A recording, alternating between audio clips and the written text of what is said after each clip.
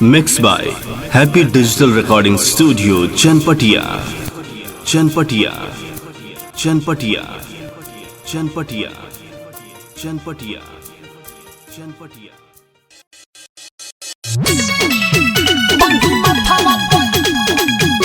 Presented by Unique Films. Unique Films. Unique Films.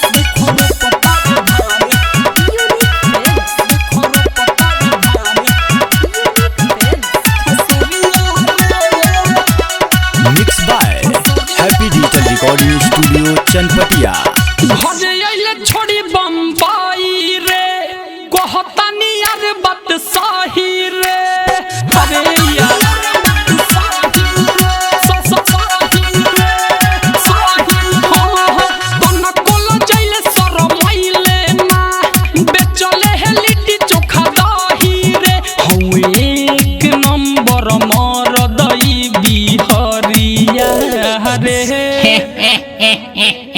अरे ब्यास हई खेतवा में बड़ा भीड़ लगा है, कौन आया है जी? आए तो बन्ही माथावा पे अपन पगड़िया रे देखो रो पतावे धान खेसरिया रे बन्ही माथावा पे अपन पगड़िया रे देखो रो पतावे धान खेसरिया रे। Music by Vaibhav Nissan.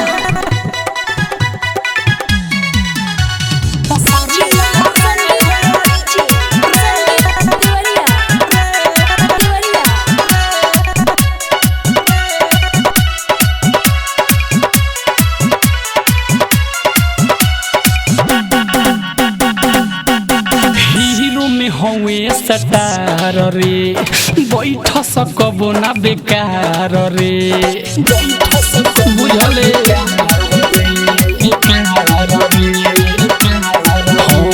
Hero में हुए सटार रे बैठ सकबो ना बेकार रे लॉकडाउन में बंद बा शूटिंग तब करत बारिकार रे तनको करेल ना घमंड रे हौवे स्वभाव में आनंद रे लिव करहता रे खेतवा के भीतरिया रे।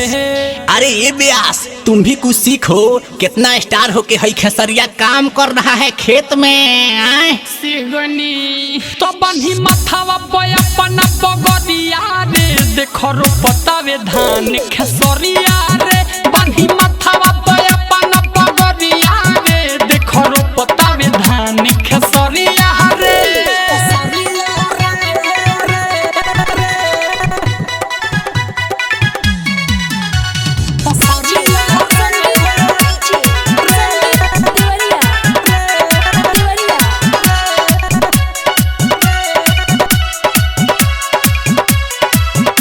Recording by Happy Digital Recording Studio, Chanpatia.